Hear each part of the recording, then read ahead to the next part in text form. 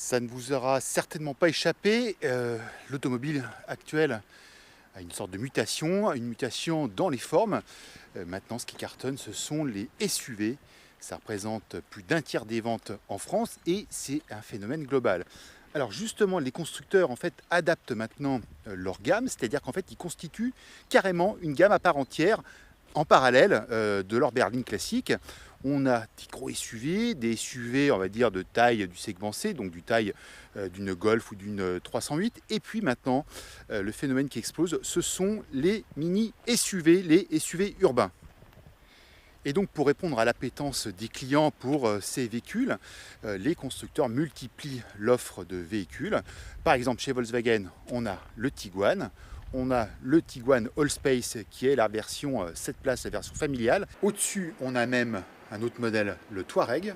Et puis donc maintenant, Volkswagen investit le segment des SUV citadins avec le T-Roc. Bon Guillaume, c'est un SUV citadin, mais pourtant il y a quand même un gabarit, une cote qui est légèrement supérieure, on va dire, à ce que peuvent être un Renault Captur ou un Peugeot 2008. Oui, c'est même assez important parce qu'on est à 4,23 m de long. Donc à titre de comparaison, la Renault Captur c'est 4,12 m, Ouais. Peugeot 2008 4,16 m. Donc il y a quand même un écart assez important. Donc, en fait, il se place un peu entre les deux, entre le segment B et le segment C. Donc c'est un pari de Volkswagen, mais un pari intéressant.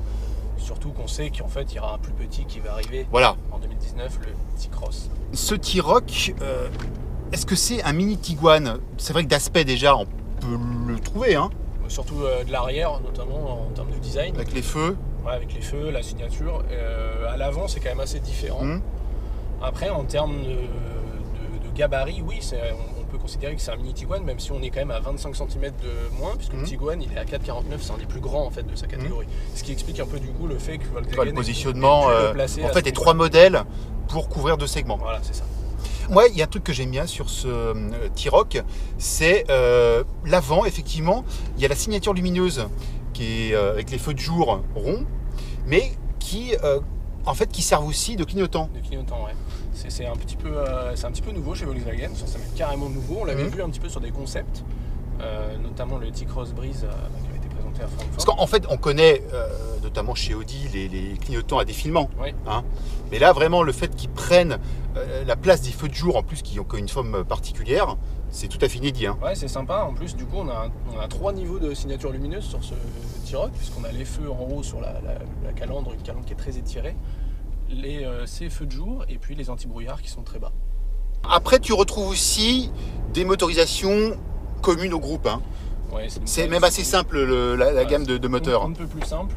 3 moteurs essence, 3 moteurs diesel, même puissance pour les deux, 115, 150, 190.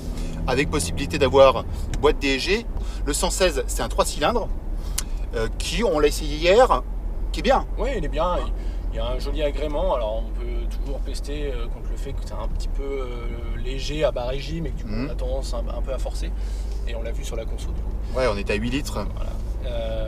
Mais ça reste un bon agrément quand même. Globalement, il fait le travail. Et puis, on sait qu'aujourd'hui, les motorisations essence ont quand même pris le pas et sur ce segment. Ouais, là, ils s'attendent à ce que les moteurs essence représentent 60 à 70% du mix de vente. Hein. C'est énormissime. C'est énorme. Par contre, le 4 cylindres essence, lui, a une particularité. C'est-à-dire qu'en fait, il a la désactivation des cylindres. C'est ça, on peut désactiver 2 cylindres. Alors, c'est une technologie aussi qu'on connaît maintenant dans le groupe Volkswagen, qui avait été notamment mise chez Audi. Et donc effectivement, il y a 2 cylindres qui se désactivent quand tu es à vitesse stabilisée. Voilà, ce qui permet du coup d'améliorer la conso et d'avoir du coup un peu plus de confort à ce niveau-là. Et enfin, tu peux aussi avoir une transmission intégrale. Ce qui est un gros plus sur ce segment, parce qu'il y en a quand même pas beaucoup qui le proposent. Non. Alors, il faut dire aussi que ça représente, en France, hein, c'est, je crois, 4% des ventes. C'est rien du tout. C'est rien du tout. Mais bon, pour l'image, c'est intéressant. Oui, pour l'image. Et puis, tu te prives pas du coup de certains marchés, notamment en montagne, où là, évidemment, tu as besoin quand même de ce type de transmission. Hein. Ouais, une transmission intégrale, avec en plus le système 4Motion qu'on connaît bien avec les différents modes de conduite. Qu'on active, là, il y a une petite molette. molette. La petite molette, on s'est connu maintenant, mais on a 4 modes du coup, route, neige, off-road, et puis un off-road individuel qu'on peut paramétrer un petit peu plus en fonction de nos besoins. On le disait effectivement, c'est pas commun sur ce gabarit de véhicule. Par exemple, le Captur, t'en as pas. Non. Le Peugeot 2008, t'en as pas, t'as juste un système de grip control qui améliore la motricité, mais ouais, qui peut faire le boulot dans certaines situations, mais voilà, on n'arrive pas à l'efficacité. Pour du franchissement, non quoi. Et aussi, quand tu as une version 4Motion, tu as un train arrière multibras, ce que tu n'as pas sur les versions simple traction. Donc tu as un peu plus de confort, on va dire. Ouais. Puis ça renforce du coup le positionnement haut de gamme de ce T-Roc quand même. Oui, parce que haut de gamme, effectivement, quand tu regardes les tarifs, ça pique, ça commence à quoi, 23-24 000 et ça se termine à 38 000 euros.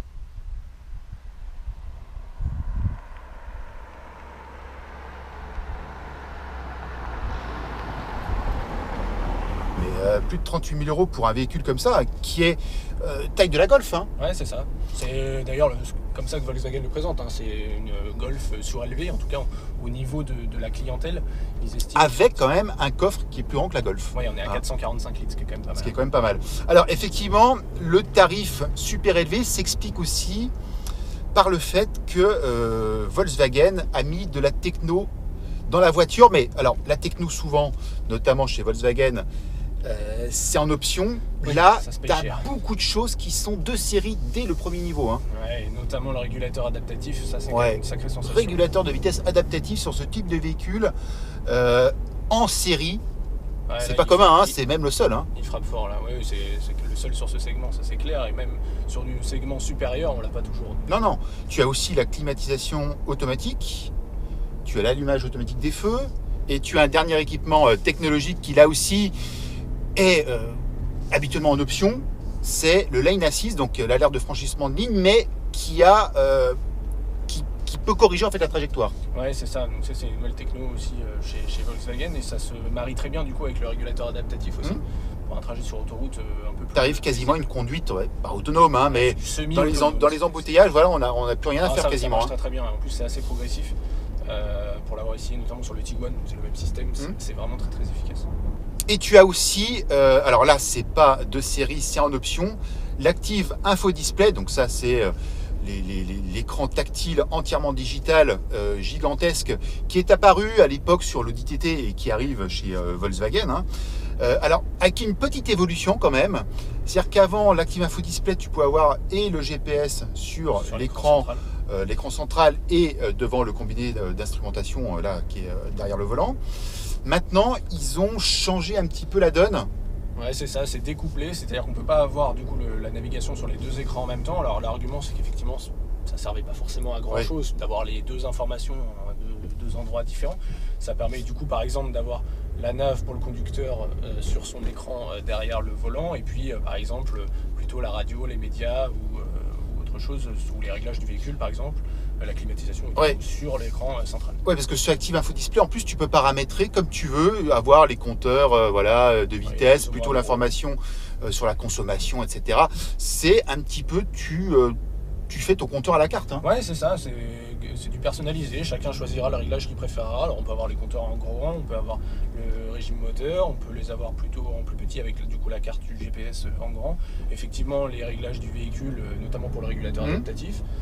Donc ça se fait très très bien, c'est hyper intuitif, juste au volant. Avec la molette là. Et on s'y fait très bien et on devient même assez vite accro à ce genre de choses. Ouais.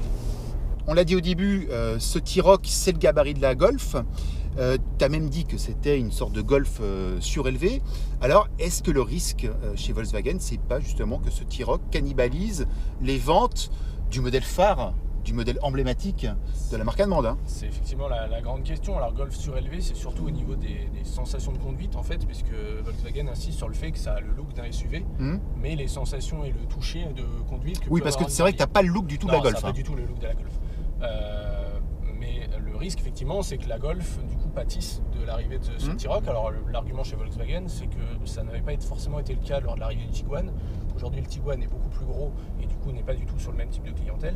Et puis l'avantage, c'est que ça permet d'attirer un public qui sera friand en fait du look du SUV aujourd'hui, de la position haute de conduite notamment qui séduit beaucoup, tout en gardant le côté un peu prestation de la Golf en termes d'équipement et de techno. Donc c'est un vrai pari. C'est pas gagné d'avance quand même. Je pense qu'effectivement la Golf peut souffrir de l'arrivée du T-Roc. Mais l'idée, c'est d'élargir la clientèle, peut-être en trouvant une clientèle plus jeune aussi.